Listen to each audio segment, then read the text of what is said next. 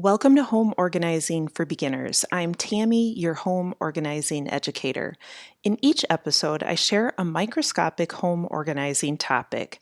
That just means it's something you can implement today from start to finish if you so choose. Today's microscopic home organizing topic is kids' clothes that don't fit. When my kids, all three of them, were born, they fit into 9-month size baby clothes. The biggest child was 10 pounds and the smallest was at 9 pounds 8 ounces. The clothes we got at the baby shower were simply way too small. Nobody was predicting that our babies would be so big, not even my doctor. So even the diapers we had initially, those were way too small for their little baby bottoms. I do miss the days of having babies, being able to hold them in my arms and snuggle. Now they're all way too big for that. They don't even fit on my lap, nor do they want to snuggle with me, right? So, anyhow, what to do with all the baby clothes, the toddler clothes, the kids' size clothing as they grow up, because they grow out of these things so fast. They wear things once or twice sometimes, and then they're too small. So, as someone who is or feels like they're just starting their home organizing journey, you want to be set up for lasting home organizing solutions, right?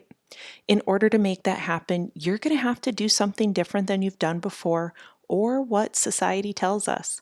Instead of letting kids' clothes spill out of their closet and dressers because most of them are too small, you can implement a simple process that will help you move these items out of the house for good. In this episode, I'll share with you what that process will do for you, why it'll work, and how to implement it. Implementing this process helps you build into normal daily life a way to move your kids' clothes that they don't wear anymore out of their closets and dressers. This will keep their space more organized and easier to help them get dressed every day. Their bedrooms won't be perfect, but they will be better. Perfection is something that society tells us to pursue, but at Home Organizing for Beginners, we don't pursue perfection. Perfection is a myth, and what's right for one may not be right for another. At Home Organizing for Beginners, we help you find peace and joy in a different way, one that's not difficult or stressful, but instead meets you where you are at in your current season of life. In a minute, I'll go through the steps to implement this process, but first I want you to understand why this process will work for you. It's simple, that's the main reason, and in my book, simple equals sustainable. This process is going to work for you because it gets built into your daily routine, into your daily life. This process is something that you can teach your kids as they grow up, as they get older. They're automatically going to be able to do. This is something that you could even do in your own closet. So let's go through the steps to get it implemented. Once it's implemented, it fits right into your daily life.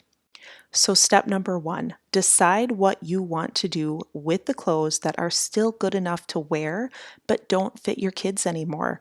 Are you going to store them because you may have more children? Are you going to sell them to recoup some of the money spent? Are you going to donate them? Any one of these is a good choice. If the clothes aren't wearable, they will either go into the trash or become a keepsake. I have some of the kids' baby clothes stashed in my closet, things that make me smile because of the memories. Society is telling us right now that we should just get rid of these things, that they're not usable anymore, and we shouldn't just hang on to them. I say phooey on that. That makes me feel stressed out, getting rid of sentimental things. I just won't do it. So step number 2, decide where to store or where you're going to sell or where you're going to donate the items. Are you going to store them in the basement, sell them on Marketplace, donate them to Goodwill? Just make a decision. We have a St. Vincent de Paul locally, and they make it super simple to just drop off items I'm going to donate. Step number 3, set up a box, a bin, any type of container that you already have on hand in the kids' bedroom. Label it, sell, or donate. This sets you up for success because you have a place to put what is too small within that area. It's where the kids' clothes are. Step number 4, and this step is actually optional. You can go through all of their clothes right now and sort what fits and what doesn't. This is going to kind of give you a clean slate. It's a clean starting point, but again, it's not a requirement. Step number 5, as you are helping the kids get dressed, you are able to decide what does or does not fit. You can immediately place the items in the box or bin you have designated. Step number 6, when the box is full, you can move it into storage, you can post the items on Marketplace, or you can deliver them to wherever you're going to donate them. Most of all, remember to give yourself some grace in this full process moving forward. You may find that the box in the bedroom is overflowing at times and you just don't have a moment to deal with it, and that's okay. Add it to your to-do list and get it done as time permits. You have a lot going on, and the main thing you can do for yourself is to cut yourself some slack. Are you struggling to make this process happen or have a different home organizing challenge? I can help. Go to www.homeorganizingforbeginners.com. Click the Ask Me Anything link, and I'll be able to help you solve your biggest home organizing challenge. Join me again next week where I'm kicking off a series on dealing with overwhelm at home. Thanks so much and have a great day.